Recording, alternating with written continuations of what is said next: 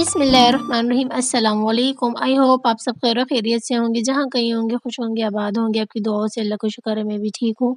तो जी आज मैं जो है ना अपनी घर में सिस्टर के घर पे रुकी हुई थी, एक रात हो चुकी है। अब जो है ना दोपहर का टाइम है और ये मेरा एक भतीजा एक भांजा बैठे हुए हैं। तो आज मैं सोच रही हूँ कि मैं अपने घर ही चली जाऊँ। इनका सारा सामान जो है ना इधर-उधर बिखरा हुआ पड़ा है, तो मुझे बिल्कुल भी अच्छा नहीं लग रहा। सोच रही हूँ कि बस अब घर चली जाऊँ क्योंकि तंग हो गई हूँ और अब मैं जाती हूँ अपने कपड़े लेने छत पे। तो जी मैं छत की तरफ जा रही हूँ और यहाँ मेरे थोड़े गीले कपड़े वो उठाने जा रही हूँ मैं, और भाई से मैंने कह दिया है कि रक्षा ले आएँ और हम फिर घर को चलेंगे। आय हाय!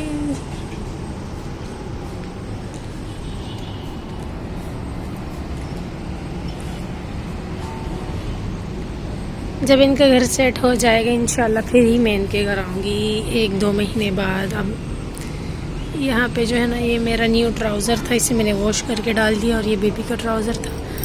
बाकी जो है ना यहाँ पे अंकल के कपड़े हैं, और ये जो है ना मेरा जैकेट है, अपर है मेरा, इसको मैंने वॉश कर दिया था।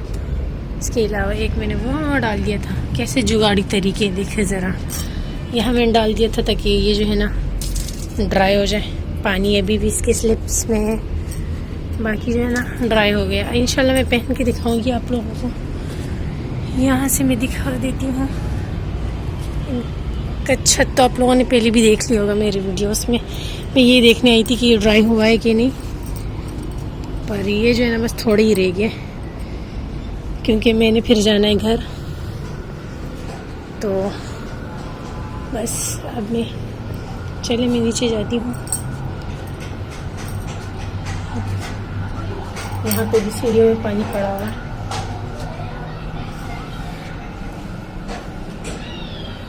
पानी है।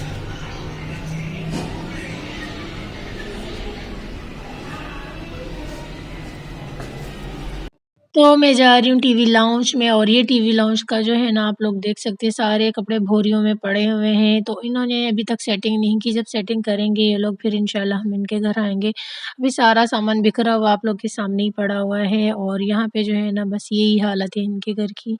हाय अभी मेरे पास बैठी हुई है और हम लोग वेट कर रहे हैं रक्षे के आने का। तो हम लोग खैर खैरियत से घर पहुँच चुके थे और फिर मैंने वीडियो नहीं बनाई। तो यहाँ पे हो रहा है रात का टाइम, तकरीबन 11:30 बज रहे हैं, और अम्मी ने जो है ना कद्दूकश की हुई थी गाजरें।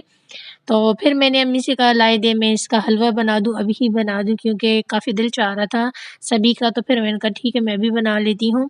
यहाँ पे मैंने जो है ना 1 केजी क्रश की हुई गाजरों को जो है ना कढ़ाई में डाल दिया है, और ये तकरीबन 1 कप चीनी का है।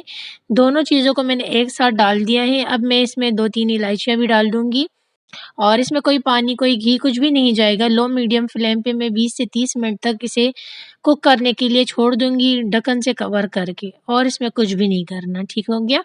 तो आराम से ये पकता रहेगा। पहले जो है ना गाजरें अपना पानी छोड़ेंगी और चीनी भी अपना पानी छोड़ेगी। उसके बाद ये दोनों चीज़ें जब अच्छे से ड्राई हो जाएँगी, तभी हमने आना है और फिर जो है ना इसको मिक्स भी करते रहना है। ये देख सकते हैं तकरीबन आधे घंटे बाद जब मैं आई किचन में, तो ये पानी ड्राई हो चुका था। यहाँ पे मेरे पास थोड़े से नट्स हैं, मैंने शामिल किए ताकि ये भी थोड़े से जो है ना इसमें कुक हो जाए, सॉफ्ट हो जाए। खोपरा है और साथ में जो है ना किशमिश है। अच्छा, अब इसे मैंने मिक्स कर दिया। मिक्स करने के बाद जो है ना ये देखिए अच्छे से मिक्स हो चुका है, और अब मैं इसमें शामिल करूँगी घी।